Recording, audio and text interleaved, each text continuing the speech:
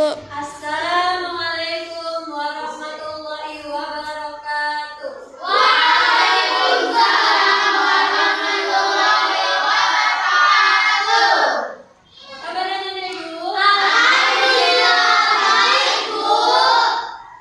Hadir semua hari ini? Ada lagi. Ya, siapa? Naira dan Bunga, Bu.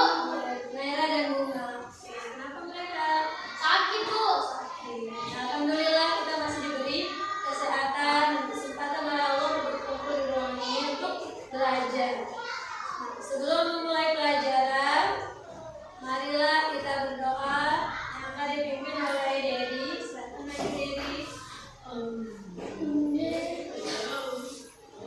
Sebelum kita belajar, mari kita berdoa menurut agama dan kepercayaan kita masing-masing. Berdoa dimulai.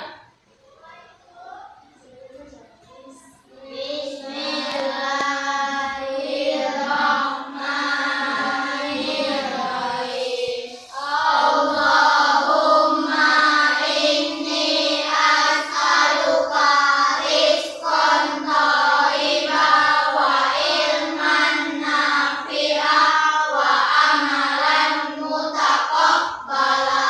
Rabbi zidni ilma warzuqni fahma wa amalan sholihan. Amin. Doa selesai. Selanjutnya untuk meningkatkan rasa nasionalisme kita, marilah kita menyanyikan lagu wajib nasional yaitu Garuda Pancasila. Silakan berdiri anak Ibu. Garuda Pancasila, 1, 2 ya. Garuda Pancasila, akulah pendukungmu. Patriot proklamasi, sedia berkorban untukmu. Pancasila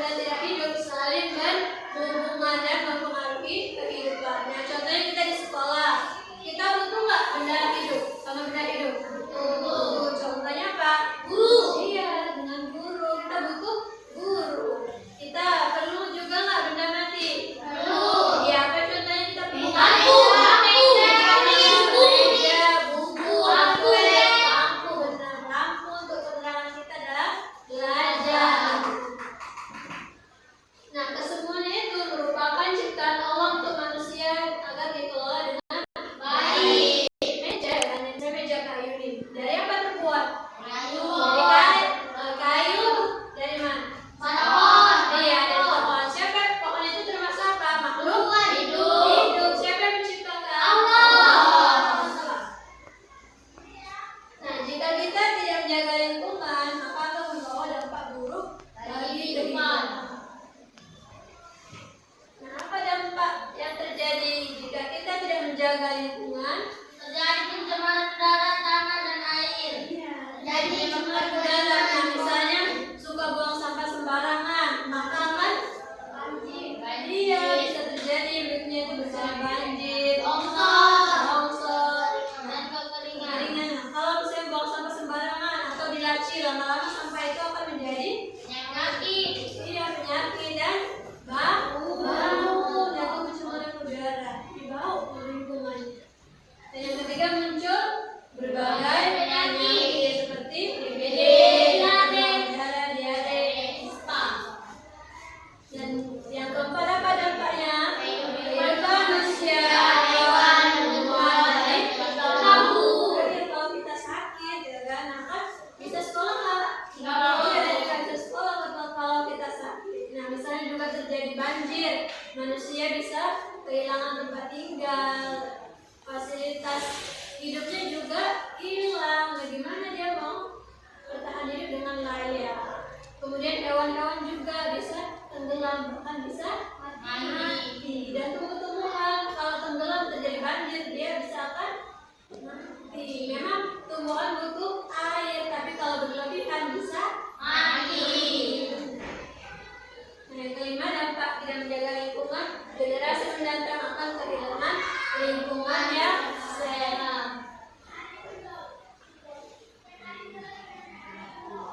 Nah, Islam juga sangat peduli tentang lingkungan. Contohnya di dalam Quran surah Al-A'raf surah ke-7 ayat 26 yang artinya, dan janganlah kamu berbuat kerusakan di bumi setelah diciptakan dengan baik. Nah, dilarang Allah jangan berbuat kerusakan. Apa contoh berbuat kerusakan di bumi? Buang sampah. Iya, buang sampah sembarangan. Pencemaran sungai. Yang kedua. Iya, Merusak lingkungan. merusak lingkungan. Merusak tanaman. Iya, tanaman udah bagus-bagus ya kan ditebangi, atau tanahnya sekali ketika jalan dipotein tanaman itu ya kan. Nah, atau ketika ada pohon yang udah besar ya kan ada mau mengambil kayunya, pohon itu ditebang tanpa ditanam kembali. Bisa menyebabkan apa? Banjir. Berdoalah kepadanya dengan rasa takut dan penuh harap. Sesungguhnya rahmat Allah sangat dekat kepada orang yang berbuat Kebaikan. Jadi kita disuruh berdoa, minta kepada Allah. Minta apa aja. Di antaranya adalah lingkungan yang bersih dan sehat, baik itu dari lingkungan biotik ataupun abiotik, yang baik untuk kehidupan kita dunia dan akhirat.